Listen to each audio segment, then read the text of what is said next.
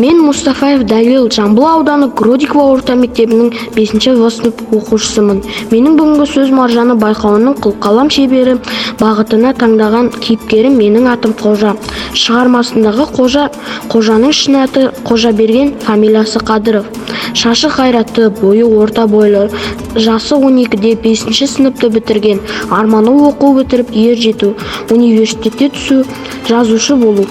Қожа ақылды, сонымен қатар өзінше бұзық. Әкесіз өскен бала Қожа шығарманың соңында өзінің тәртібі мен мінез құлқы түзетуге әрекет жасайды. Қожаның рөлі шын өмірден алынған.